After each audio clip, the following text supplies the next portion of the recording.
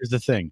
We have a radio show going on. I'm not worried about that. Okay, that's right. Okay, it's opening day of college basketball. Aaron Torres you could is care an less. amazing voice on college hoops. Friend of the show, Fox Sports Radio, back with us. We'll talk national picture, more locally, just the Mountain West in general, Aaron. Banner year, we all know. It's 6 teams in the NCAA tournament. Now, only one really made a run. It was San Diego State to a Sweet 16. That can't be the expectation, obviously, this upcoming year to get 6 teams in. So what do you think about the league heading into this upcoming year? And thanks for hopping on. First off, is it not your job to be watching sports when sports are on? Thank you. I mean, I host, the Fox Sports, college football national recap show. And, we have 4 games going on at once. It's kind of my job. I was filling in yesterday afternoon. Rich Orenberger was on before me. I think it was kind of his job to see what was going on in the whatever the big early game was. I wouldn't say Patriots Titans, but whatever, what was it? Bengals Raiders. I mean, Rich Orenberger is supposed to be in front of a TV keeping America updated. That's right. John, I don't know how many people in San Diego care that much about Wright State, Kentucky, but it is your job. So you make a good point. So no shame in that. I appreciate Mountain it. West. You wanted me to talk about Mountain West. Yeah. Right? Great league, great coaches, and that's all there is to it. And listen, guys, we've talked about this for years, but Brian Dutcher, been doing it forever and been doing it at a high level forever. Nico Medved is excellent. Leon Rice, been doing it at a high level forever.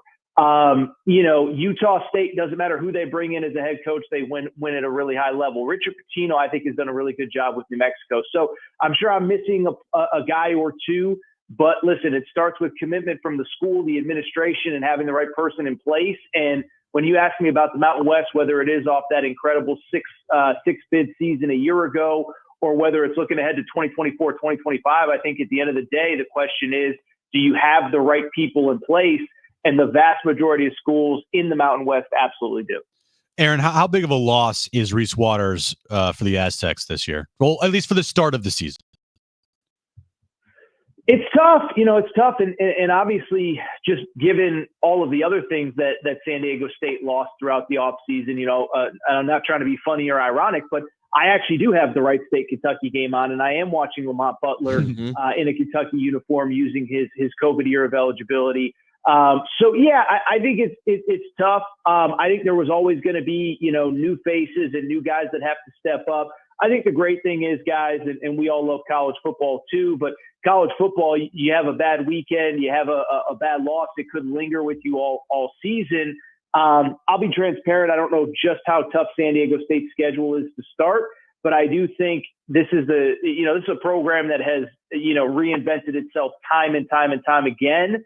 And so on the one hand, I don't want to undersell how important, I still call him Reese Dixon Waters, so you'll have to forgive me. Reese Waters is to the program. I don't want to undersell how important he is, but as I said a second ago, Dutch has been doing this for so long.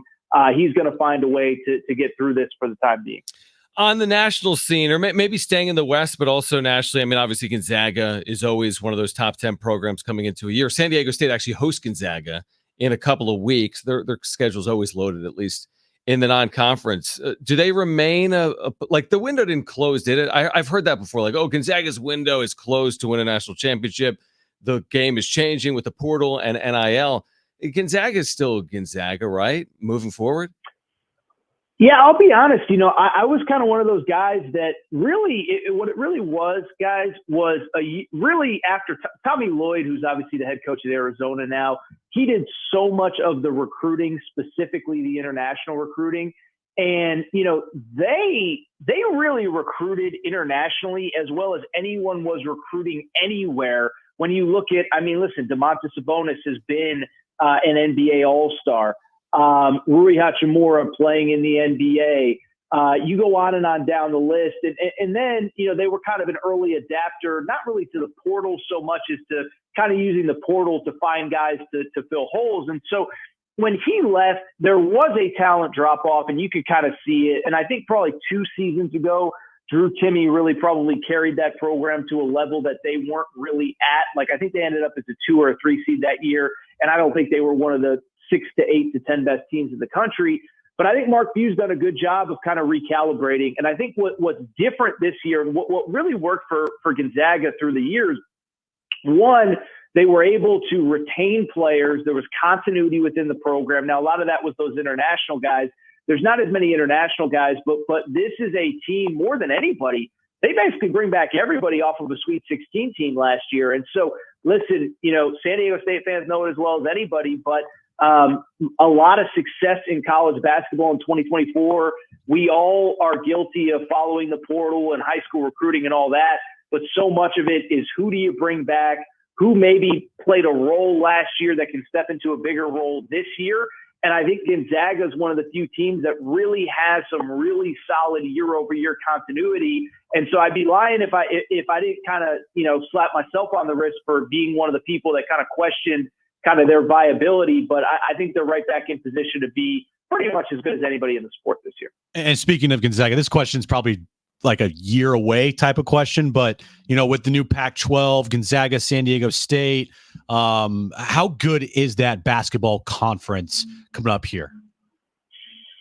It's going to be really good. And listen, I think, Gonzaga was obviously looking for a step up, and I think to align themselves with a lot of those schools that are currently in the Mountain West. I think for them, it was a good situation. I think they obviously were trying to see if there was a Big 12 opportunity in their future that clearly that just wasn't going to happen. For years there was conversation about the Big East, but obviously travel logistics were not going to allow that to happen. So no, I think it's going to be a great conference going forward. And, I think a couple things is one, obviously without the quote unquote Pac-12, because I know it is going to be the Pac-12, but without the quote unquote Pac-12 right now, there is a void. There's a void certainly on the West Coast. And I think the other thing too is that Pac-12 is going to be kind of at a manageable number where I just think, you look at some of these power conferences right now, 16, 17, 18 teams, and, teams just get lost in the shuffle. There's a lot of dead weight. I mean, you see it even in football right now where some of those bottom teams, and whether it's the Big Ten or the SEC, it's just dead weight at the bottom of the league. And clearly, when you have an 8, 10, 12 team league, you're still going to have somebody have to finish in last place. I understand that. But I just think across the board, the quality of competition is going to be really good. And to your guys' point, I think it's going to be a really good basketball conference. And I guess to the point that I made a second ago, there's not going to be those 4, 5, 6 teams at the bottom of the league standings kind of holding everybody down. All right, Aaron Torres, Fox Sports Radio with us right now. Now, about 30 minutes ago, Jim said Cooper Flagg was the consensus National Player of the Year. I did. Now, he hasn't scored today against Maine. I didn't say that. No, I know, but we talked about him. I think you liked him as a potential National Player of the Year. I think a lot of people do.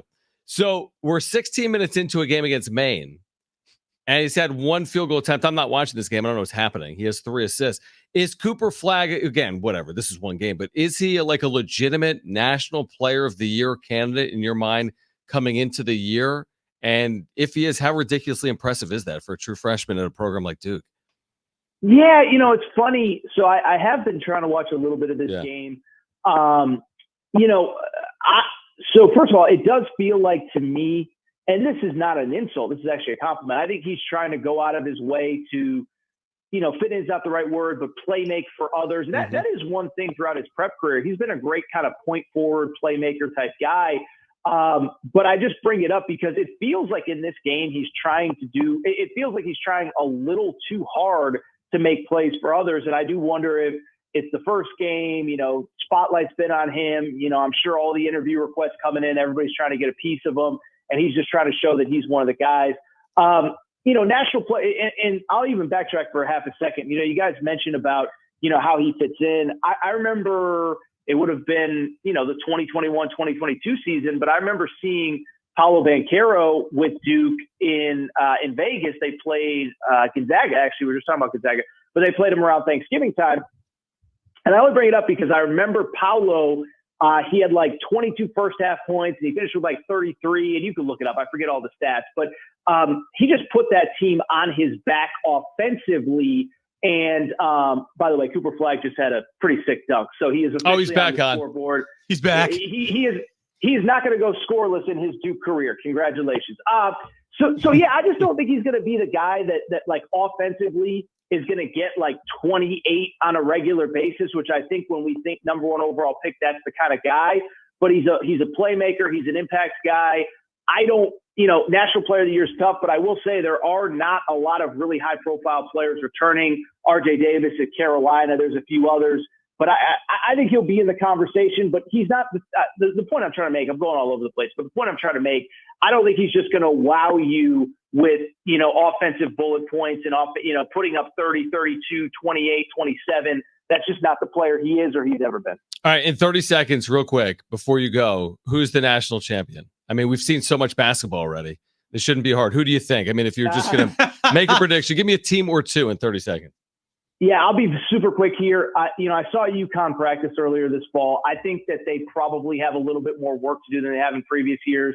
That's a cop-out answer. My official pick is Houston. They return basically everybody except for Jamal Shedd, but I think it's going to be the usual suspects. Houston, Alabama, who returns most everybody off of Final Four team, UConn, maybe Duke, teams like that. Houston's my official pick. So I'll just drop them right here since I know we're short on time. Great stuff, Aaron. Always appreciate it, man. Enjoy day one of college hoops, and we'll do it again this winter, all right? Thanks, Aaron. Fellas, thank you both. Have a great afternoon. We'll talk soon. All right, sounds good. Aaron Torres, Fox Sports Radio.